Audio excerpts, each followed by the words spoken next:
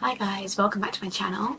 Today I'm going to be filming another video about Kindles. I filmed a video about my Kindle and about everything to do with Kindles. I think it's about 6, 7, 8 months ago now. You guys seem to really like that video. It's my most viewed video on this channel, so I thought I'd give another Kindle video. This one is going to be hacks for your Kindle. So I have quite a few. I'm not going to do all of them in this video because this video would be so long. If you want another video, then I will do a part 2. I've had a Kindle now for a very, very long time, but I've only had like a newer Kindle for a couple years now. My Kindle before this was just probably the first ever Kindle they ever brought out. Like, it was very old, so I don't think it could do half these hacks. But yeah, I've had this one now for a couple of years, which is the Kindle Paperwhite. I think it was 2022, and it's the sage green one, which I love so much. I'm so sad they stopped doing this colour in the new Kindles. On the list of my phone because my memory is terrible. The first one I'm going to do is actually one I only found out the other day, which is actually quite embarrassing. I'm going to leave my Kindle here because I'm going to do like clips to put over the top to show you what I'm talking about, because otherwise I'll be trying to work out this Kindle for ages in between clips. That is that you can pinch to zoom in and zoom out your font. So I used to just go into the section where it's got all the font settings and I used to just change that. And then the other day I realised you could pinch to zoom in and zoom out because I did it by accident. All this time, because sometimes when you leave your Kindle open and you accidentally like drop it on something, it will zoom in or zoom out the text. I was like, how is it going in, pressing that exact button and then pressing the plus button to zoom it in, but it wasn't. It was thinking it was pinching it. Somehow I only found that out the other day, but that is a very useful thing because I'm constantly changing the size of my text. Usually I have it on about a 6, but then when I want it to be a little bit more zoomed in because like I'm tired or my eyes are aching, whatever, then I'll put it towards more an 8. And it's just a very quick way to do it by pinching and zooming in and zooming out. The next one is also one I only found out the other day, and that is you can screenshot your Kindle and it will send the PDF to whatever device is linked to your Kindle. And I've never actually tried this since I found it out. Just press the bottom left and the upper right corner at the same time. What am I doing wrong? Oh my god, it works. Okay, I'll do it in the clip to put over, but basically what you do is you tap the upper right corner of the screen and the lower left corner of the screen, and then that will take a screenshot and it will connect it to whatever device your Kindle's connected to, I believe, and then you can take a screenshot, which I just think is so cool. I didn't ever have any clue that you could do that. The next one I have is that you can set your background to be the last book that you read. I don't currently have this on because a lot of the time I will get a book on Kindle because I don't like the cover, and that's why I've read it on Kindle and not got it physically. So I don't really care about it being background on my Kindle. I just have the normal standard backgrounds, but you can do that so that your book flashes up instead, only if you don't have ads though. If you want a personalised Kindle screensaver, then you can create your own PDF, which is actually another hack that comes later, but you basically create your own PDF and then put it onto your Kindle. You can make that the background of your Kindle, but then every time you stop reading, like for the night, you would have to go onto your home screen and go back into that book to make that your lock screen. So I've never done that just because I think that's a bit much effort, and I don't really care because I have a case that covers the front anyway. But if you do want to do that, then that is an option. The next thing you can do is search within the book. If you come across a character's name and you're like, who is that character, where did they come from in the book, like you know that you've already seen that character but you can't remember quite what role they played in the book at the start, then you can search their name and it will bring up by chapter where that name comes up, so that way you can avoid spoilers so you don't look at any further chapters from where you are. You can do that with so many things, obviously not just character names. I find it the most useful for character names. That's what I use it the most for. Like, say someone's got a magical power and they describe how it works earlier on in the book, and then you want to hear that described again, you just search for that and you can see it described again.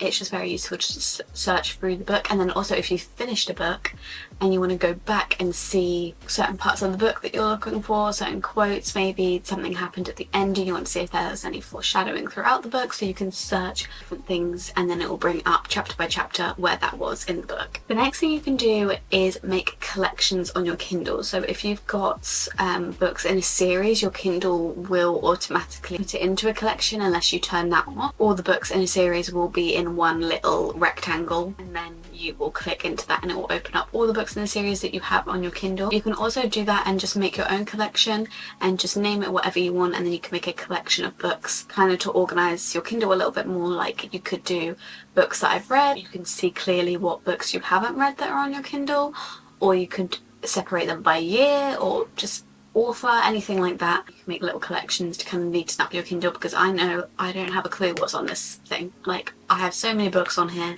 I don't have a clue what's on here. It is very disorganised and I do want to put them into collections at some point. The next thing I touched on earlier, but that is that you can use your own PDFs on your Kindle. You don't just have to go on Amazon and buy a book that's already out. You can make your own PDF and put it onto your Kindle, or you can get books from the internet that aren't necessarily like published books that you can put on there, or you can get ARC copies on there. So if you use NetGalley, that is most of the time how they will give you an ARC, is that they will send you a PDF and then you can put that onto your Kindle. You go somewhere on your Amazon account and you send something to an email. I can't even remember how you do it. I'm being like, all you do is this, it's so simple, and I'm like, I actually can't remember how you do it. Probably won't do an overlay to do it because I'll have to go on my Amazon account and everything, and I don't want to accidentally show something that I shouldn't. I'll put a screenshot of the instructions up here. It is very easy and simple, and then once you've done that, the PDF will come up on your Kindle. I also use this for Throne of Glass tandem read with Empire of Storms and Tower of Dawn. It is a bad thing to do to put authors' books onto there that you haven't paid for. However, I did pay for the physical copy of Empire of Storms and Tower of Dawn, so I still paid for them, but I wanted them to be put in order, and that was a PDF. There is still this PDF if you want it, where you can read Empire of Storms and Tower of Dawn in order, and it puts the chapters in order for you. But I don't think any of the profit goes to the author, so I would not do that for any other thing unless I've actually bought the book, because that will weigh on my guilty conscience so much. Next thing you can do is connect your Kindle to your Goodreads, so then when you start a book on your Kindle, it will mark the book as currently reading on your Goodreads, which is very useful because I'm someone who constantly forgets to put a book as started reading on my Goodreads, and then I have to try and figure out what date I actually started that book, and then obviously when you finish it, it says you finished it on your Goodreads, and then you can also rate it on your Kindle, and then that will rate it onto your Goodreads. I mean, it's a very simple function. It saves you like 2 seconds. I find it very useful. The next thing you can do is also to do with an app, and that is you can get the Kindle app on your phone. A lot of people may know this one, but just in case you don't,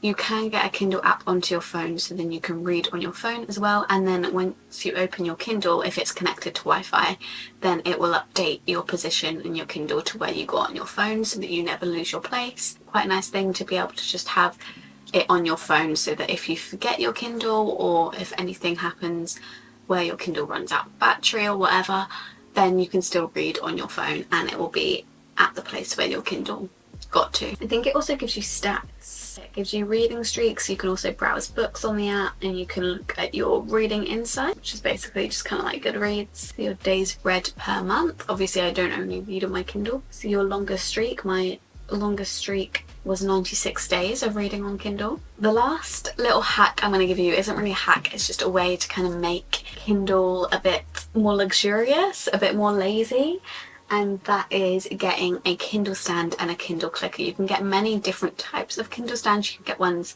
like the one I have is one that connects onto my shelf, because my shelf is just right next to my bed.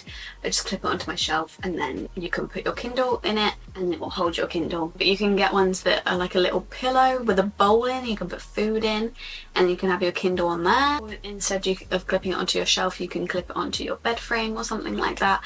There are many different types of Kindle stands you can have, and that it basically holds your Kindle for you. You can just lie down and swipe, or you can get a Kindle clicker, which is something that I don't have, but I do kind of want, where you clip it onto the side and you have a little remote in your hand, so you can keep your hands nice and warm under the covers, lie down, lie back, and just use the Kindle remote to move along the pages. It is so lazy, but it's just so good. And sometimes you want to be a little bit lazy, especially when you're reading on your Kindle, and you can be, you don't have to hold a physical copy. It's just a little hack to make Kindle a little bit more fun, a little bit more comfortable. and a little bit more lazy. I do have so many more, so I know I've missed a ton. I'm gonna do a part 2, I reckon, to this video. I'm not a tech genius, so you might know all of them and I might be late to the game, but hopefully some of these hacks help you out. If you enjoyed this video, please give it a thumbs up. Please subscribe down below, turn on post notifications, you'll be notified every time I upload. And you can follow my social medias on Instagram and TikTok at _libraryofeden if you want to, and I will see you in my next video very soon. Bye!